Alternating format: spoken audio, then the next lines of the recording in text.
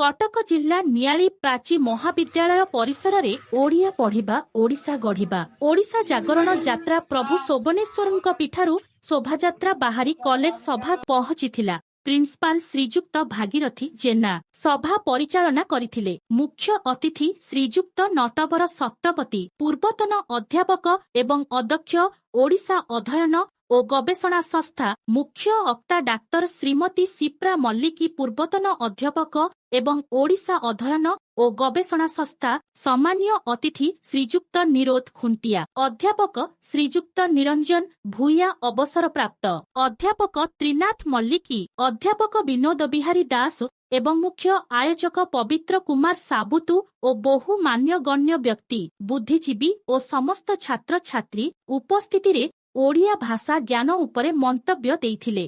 स्वागत करिवे तन्मानकु एवं हमरो शोभायात्रा आरंभ करिवे। मारो भाषा ओ निजुक्तिर भाषा ओ सम्मानर भाषा हमर माटीर भाषा छैला त सेतबेले केही भागिबा उचित नुहे जे मु अन्य कौनसी भाषा संस्कृति को उपहास करूची बाटाको समालोचना करूची। मु यहाँ एतिक सचेतन जे मो भाषा को नहीं करी मो संस्कृति को नहीं करी मु गर्वित हूँ।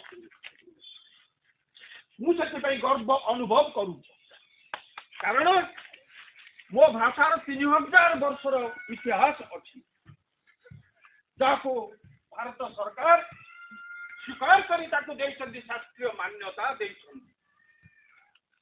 एटी कम बड़ कथा नुहे। भारत वर्ष रे बहु भाषा भीतर ओडिया भाषा एकमात्र भाषा जहाँ एते बड़ प्राचीन इतिहास रही। किंतु दुर्भाग्य कथा जे भारत वर्ष स्वाधीन हेबा परे एते वर्ष मते सुबह दिया जाए ना मु मो भाषा रे सब ओडिशा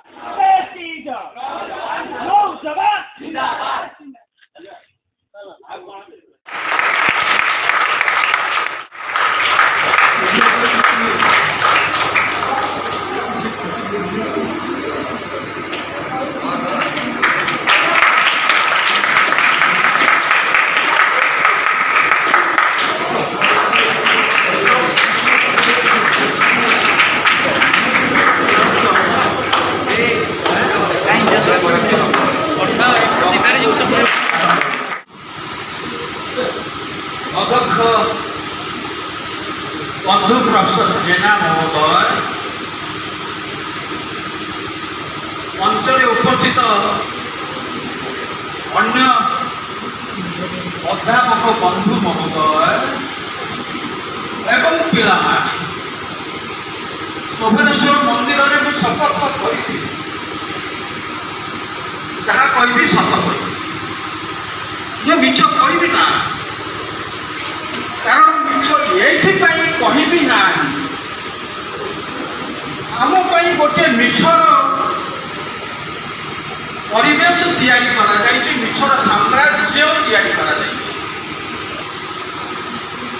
जे ये माटी जहाँ मानव कहले मीडिया बंधु विशेषकर छात्र छात्री मैंने सकाल 7 आस तेरे प्रथम अनुरोध करी अधिक प्रज्वलन कार्यक्रम करवा मुख्य अतिथि मैडम सिप्रा मल्लिक महोदय को अनुरोध करी मुख्य वक्ता जी अच्छा नटवर सार महोदय को मोर से सार मोर से गुरु पिले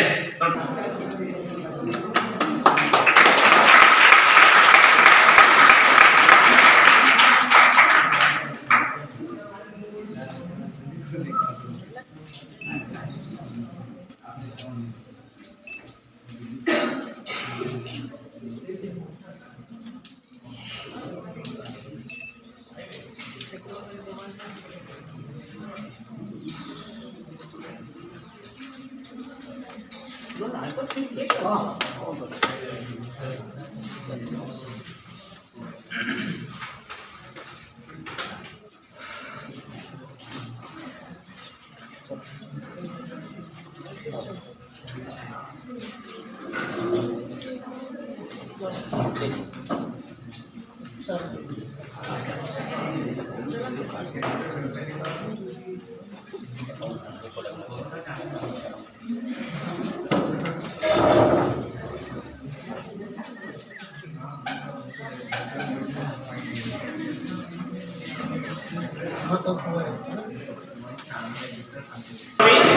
आम मुख्य अतिथि କଥା ଶୁଭୁଛି କି ଆମେ ଓଡ଼ିଆ ବୋଲୁ କ୍ଲାସରେ ଯେତେବେଳେ ମୁଁ ପ୍ରଥମେ ଠିଆ ହୁଏ ଏଇ ଲାଇନଟା ଆଗକୁ ହୁଏ ମୁଁ ଯେତେବେଳେ ଅଧ୍ୟାପିକା ଥିଲି ଆମେ ଓଡ଼ିଆ ବୋଲୁ ଦ ଲାଷ୍ଟ ବେଞ୍ଚ ଠିକ ଅଛି ତେଣୁ ଆଜି ମୋତେ ଲାଗୁଛି ପୁଣି ମୁଁ କ୍ଲାସ ରୁମକୁ ଆସିଲା ଭଳିଆ ଇଣ୍ଡିଆନ କଲେଜରେ ମୁଁ ଆଉଥରେ ପଛକୁ ଫେରିଗଲା ଭଳିଆ ମୋତେ ଲାଗୁଛି ଆଜି ଏ ସଭା ଓଡ଼ିଆ ଜାଗରଣ ଯାତ୍ରା ଓଡ଼ିଆ ଭାଷାର ଯେଉଁମାନେ ଧ୍ୱଜବାହକ ମାନେ କ'ଣ ପତାକା ଧରିକି ଯିଏ ଆଗରେ ଯାଏ ବୁଝିହେଲା ଓଡ଼ିଆ ଭାଷାର ତୁମେମାନେ ହେଉଛ ଧ୍ୱଜବାହକ ତେଣୁ ଆଜି ସଭାରେ ସର୍ବପ୍ରଥମେ ମୋ ଭାଷାର ଯେଉଁମାନେ ଆଗରେ ଠିଆ ହେଇଛନ୍ତି ସେନାପତି ମୁଁ ସେମାନଙ୍କୁ ଆଜି ଅଭିନନ୍ଦନ ଜଣାଉଛି ଆଜି ସଭାରେ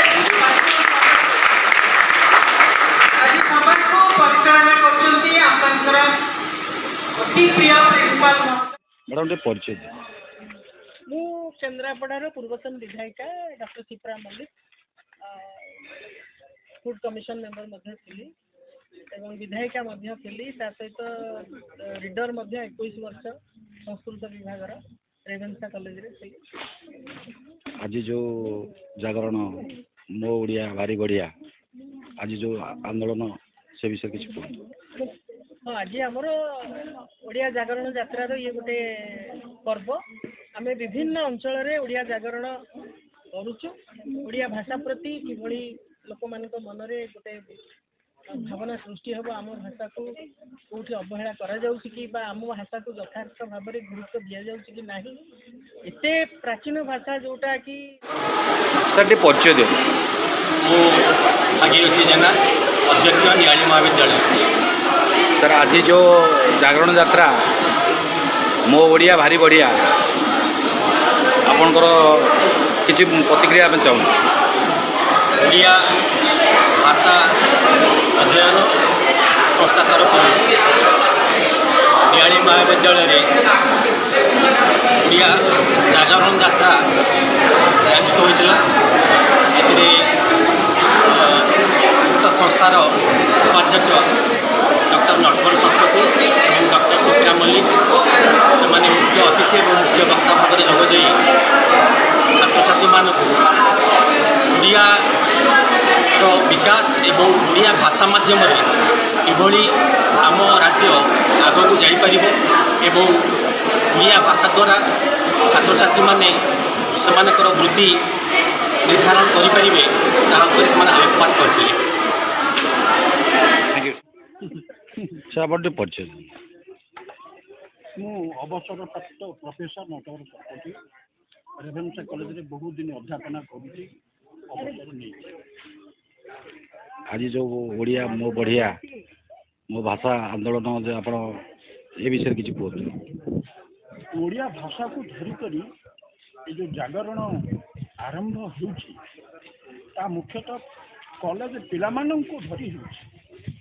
ଆମର ଉଦ୍ଦେଶ୍ୟ ହେଉଛି ଆମ ପିଲାମାନଙ୍କ ଭିତରେ ନିଜର ସାଂସ୍କୃତିକ ପରିଚୟଟିକୁ ପହଞ୍ଚେଇବା। ଦୁଃଖର କଥା ଆମର ଶିକ୍ଷା ଆମର ସଂସ୍କୃତି ଆମ ଭିତରେ ଗୋଟେ ସଚେତନତା ଏପର୍ଯ୍ୟନ୍ତ ତିଆରି କରିପାରିନାହିଁ। ଧରାଯାଉ ଆପଣଙ୍କର ଆମର ଏଇ ଶୋଭନେଶ୍ୱର ମନ୍ଦିର ବା ଏଇ ଆଖପାଖ ଗାଁ ଏଠି ନିଆଳି ମାଧବ ଠାରୁ ଆରମ୍ଭ କରି ପ୍ରାଚୀ ଉପତ୍ୟକାରେ ବହୁ ଅତୀତ ସାଂସ୍କୃତିକ ପରିଚୟ ଥିଲା। ଏ ସାଂସ୍କୃତିକ ପରିଚୟକୁ ନେଇକରି ଓଡ଼ିଆ ଭାଷାରେ ପ୍ରଥମ ସାରଳା ମହାଭାରତ ଲେଖାଯାଇଛି। ସାରଳା ଦାସ ଲେଖିଥିଲେ। ସେ କୋଉ କେତେ ଶତାବ୍ଦୀର ତଳର ଇତିହାସ। ଏହାର ଅର୍ଥ ଆମେ ଆଜି ନିଜକୁ ଯେଉଁ ଅତି ଛୋଟ ମନେ କରୁଛୁ ସେଇ ଛୋଟ ମନେ କରିବା ପଛରେ ଗୋଟିଏ ମଧ୍ୟ ଐତିହାସିକ କାରଣ ରହିଛି।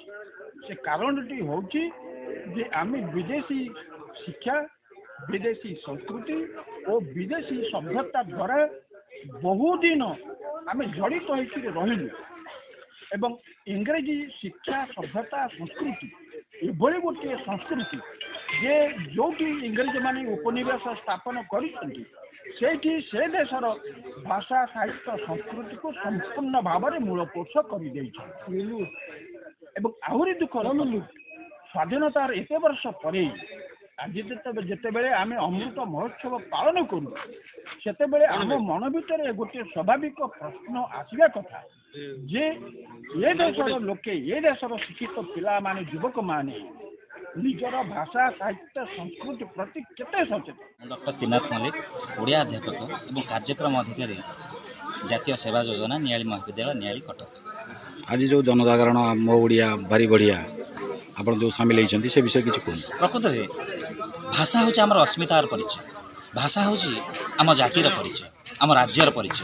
କାହିଁକି ଭାଷା ମାଧ୍ୟମରେ ହିଁ ଆମର ଜାତି ସୃଷ୍ଟି ହୋଇଛି, ଆମର ରାଜ୍ୟ ସୃଷ୍ଟି ହୋଇଛି। ଏହା ହେଉଛି ପ୍ରଥମ ଭାଷାଭିତ୍ତିକ ରାଜ୍ୟ ଏବଂ ଆମ ଭାଷା ପ୍ରାୟ 3000 ବର୍ଷର ପୁରୁଣା। ତେଣୁ ସେ ଭାଷାର ପୁଣି ପୁନରୁଦ୍ଧାର ଏବଂ ଭାଷା ବଞ୍ଚିଲେ ଆମେ ବଞ୍ଚିବା, ମୋ ଭାଷା ମୋ ପରିଚୟ, ଏହି ବାର୍ତ୍ତାକୁ ନେଇ ଆମକୁ ଆଗକୁ ବଢ଼ିବାକୁ ପଡ଼ିବ ଏବଂ ଓଡ଼ିଆ ଭାଷା ପଢ଼ିବା ଦ୍ୱାରା ପିଲାମାନଙ୍କ ମଧ୍ୟରେ ଯେଉଁ ହୀନମନ୍ୟତା ଅଛି, ଯେଉଁ ନିଯୁକ୍ତି ସୁଯୋଗରୁ ବଞ୍ଚିତ ହେଉଛନ୍ତି ତାହାକୁ କେମିତି ଆମେ ଦୂର କରି ଓଡ଼ିଆ ଭାଷାରେ ସମସ୍ତ ଶିକ୍ଷାଦାନ ପ୍ରଦାନ କରିବା ସହ ଓଡ଼ିଆ ପଢ଼ିଥିବା ପିଲାମାନଙ୍କୁ ଓଡ଼ିଆ ଭାଷା ନେଇଥିବା ପିଲାମାନଙ୍କୁ ନିଯୁକ୍ତି କ୍ଷେତ୍ରରେ ଅଗ୍ରାଧିକାର ଦିଆଗଲେ ଏହା ଆମର ସଫଳ କାର୍ଯ୍ୟକ୍ରମ ହେବ ବୋଲି ଆମେ ଆଶା ରଖୁଛୁ। ଆପଣ ଟିକେ ପରିଚୟ ଦିଅନ୍ତୁ। ମୋ ନାଁ ପବିତ୍ର କୁମାର ସାହୁ। ମୁଁ ଆମର ଆଜିର ଯେଉଁ ଓଡ଼ିଆ ଜାଗରଣ ଯାତ୍ରା ମଞ୍ଚର ଗୋଟେ ସଦସ୍ୟ ଅଛି। ଆଜି ଶିପ୍ରା ମ୍ୟାଡ଼ାମ୍ ଆମର ଯିଏ XML କେନ୍ଦ୍ରାପଡ଼ାରେ ଥିଲେ ସେ ମୋତେ କହିଥିଲେ ମୁଁ ନିଆଳି କଲେଜ ପ୍ରିନ୍ସିପାଲ ସହିତ ଆଲୋଚନା କରିକି ଏ ମହୋତ୍ସବଟାକୁ ଆୟୋଜନ କରିଥିଲି। ଯାହା ହଉ ଆଜି ମୁଁ ଅତ୍ୟନ୍ତ ଖୁସି, ବହୁତ ମାତ୍ରାରେ ପିଲା ଯୋଗଦାନ କରିଥିଲେ। ଓଡ଼ିଆ ଭାଷା ଉପରେ ସବିଶେଷ ଆଲୋଚନା ହେଲା। ପ୍ରଫେସର ନଟବର ସାର୍ ମଧ୍ୟ ଥିଲେ ଉପସ୍ଥିତ, କଲେଜ ପ୍ରିନ୍ସିପାଲ ମଧ୍ୟ ଥିଲେ। ଏଇଆ ତ କଥା। Thank you.